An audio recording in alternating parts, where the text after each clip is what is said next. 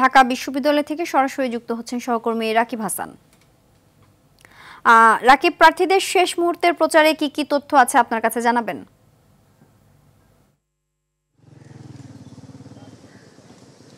সিনথিয়ার ডাকসু নির্বাচনের কিন্তু আর মাত্র বাকি প্রচারের একদিন। এখানে কিন্তু তোড়জোড়ভাবে প্রচার চালাচ্ছেন প্রার্থীরা।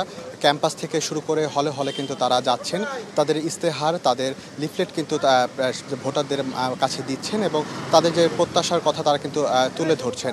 এদিকে মহসিন হলে কিন্তু ছাত্রদলের ভিপি প্রার্থী আবিদুল ইসলাম খান তিনি এসেছিলেন, প্রচার চালিয়েছেন এবং এখানে এসে তিনি বলেছেন যে আসলে আগে যত রাজনৈতিকভাবে যেই অপপ্রচার চলেছিল কিন্তু তারা নির্বাচিত হলে এই প্রভাব কিন্তু ঢাকা বিশ্ববিদ্যালয়ের পড়বে না। এবং জানেন যে রবিবার কিন্তু কমিশন থেকে যারা শিক্ষার্থী রয়েছে তারা আসলে কীভাবে ভোট দিবেন তার কিন্তু একটা প্রশিক্ষণের কর্মসূচি নেওয়া হয়েছে। এছাড়া কিন্তু বেশ কিছু নির্দেশনা দেওয়া হয়েছে কমিশন থেকে।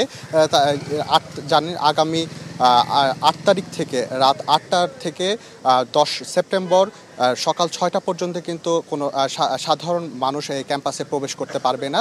এবং যে গাড়িগুলো রয়েছে এখানে শুধু ভার্সিটির যে স্টিকারযুক্ত যে গাড়িগুলো রয়েছে এবং জরুরি সেবায় যে গাড়িগুলো চলাচল করে তারাই শুধু ঢাকা ভার্সিটির মধ্যে আসতে পারবে। এছাড়া যে কোনো যানবাহনই কিন্তু ঢাকা ভার্সিটির মধ্যে প্রবেশ করতে পারবে না।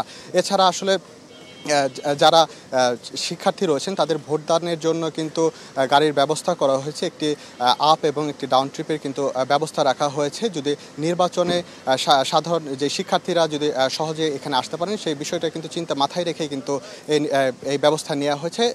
এদিকে যারা প্রার্থী রয়েছেন বা ভোটার রয়েছেন তারা আশা করছেন একটি সুষ্ঠু নির্বাচন একটা উপহার দিতে পারবেন।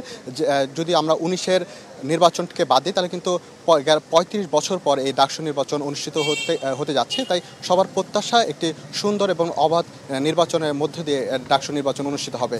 তো ডাকসু নির্বাচন নিয়ে এই ছিল আমার কাছে সর্বশেষ তথ্য। সিনথিয়া, ধন্যবাদ।